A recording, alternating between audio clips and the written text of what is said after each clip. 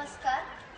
તમામ આદરણીય આત્મીય અને પ્રિય એવા તમામ લોકોને શત વંદન. અપૂર્વ દૈદીપ્યમાન ચેતનાનો તાર રણઝણે જાઉં હું એને શોધવા અને સ્વપ્ન સામું મળે.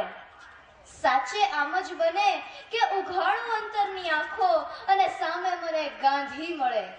હા, જો મને ગાંધી મળે તો વાત્સલ્ય સભર હાથ શિરે ફેરવીને પૂછે કે બેટા હિંદ કેમ છે? ભીતરમાં કંઈક સળવળાટ થાય અને અંતર અતીતની ગર્તામાં ડૂબી જાય. આંખ સામે શ્વેત શ્યામ ચલચિત્ર ચલિત થાય કે પરદેશમાં સત્યના પ્રયોગો કરનારા અહિંસાના પરમ આગ્રહી મો ક ગાંધી અહીંયા ક્યાંથી? અંતરમાં ફરી વાચા ફૂટે અને બાપુ કહે કે માતા હિંદ અને બાળકોની ખબર લેવા આવ્યો છું. જીવનભર સત્યનું આચરણ કર્યું ને તેની આ ફલશ્રુતિ છે. મૃત્યુ પછીનો ઉપહાર છે કે ફરી એકવાર અહીંયા આવવા મળ્યું. પછી તે મારા હાથમાં પેલું જર્જરિત થયેલું 3 વાંદરાનું રમકડું જોઈને પૂછે કે બેટા હજુ એ તું બાળક જ રહ્યો? હજુ રમકડાથી રમે છે? પણ બાપુ, એ મારું પ્રિય રમકડું છે. સાંભળીને ક્ષણભર હરખાઈ જાય. ચશ્માની તો હરાજી થઈ ગઈ, પણ ટેવ એટલે ખાલી નાક ઉપર પહેલી આંગળી મૂકીને કહે, હા બેટા, મારું પણ એ પ્રિય રમકડું છે. ભલે ને સાંભળતું નથી, જોતું નથી અને બોલતું નથી. અને રમકડું વચમાં જ બોલી ઉઠે કે નામ તો મોહન ધરીને બેઠા છો, કંઈક ના તારણહાર થઈ સજ્યા છો, પણ જેદી વછૂટી 3 ગોળી સલન સલન સલન અને ચાલી નીકળ્યા તમે બોલીને હે રામ. ખબર છે એ પછી શું અવદશા થઈ છે તમારા માં અને બાળકોની?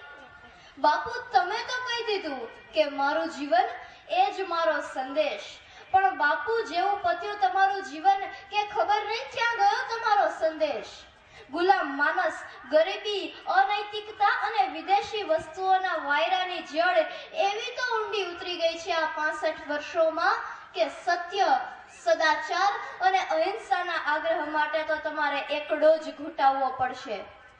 બાપુ, આપની વિચારધારા સરસ્વતીના વહેણની જેમ પેટાળમાં વહી ગઈ છે.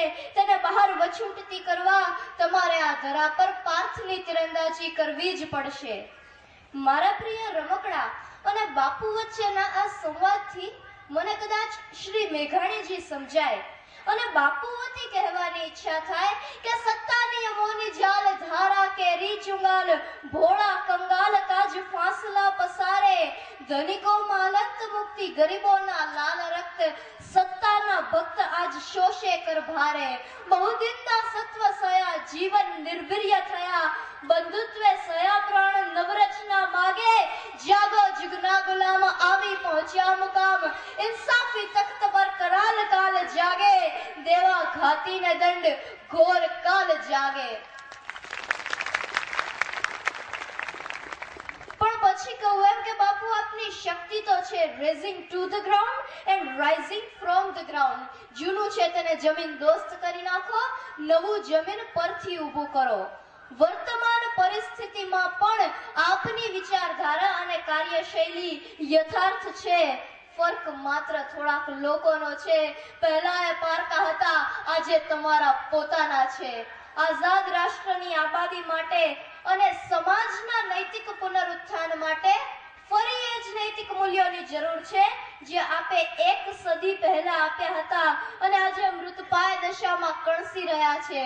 અને બાપુ, 65 વર્ષની આ આખી યાત્રાનો એકમાત્ર સાક્ષી મારું આ પ્રિય રમકડું છે.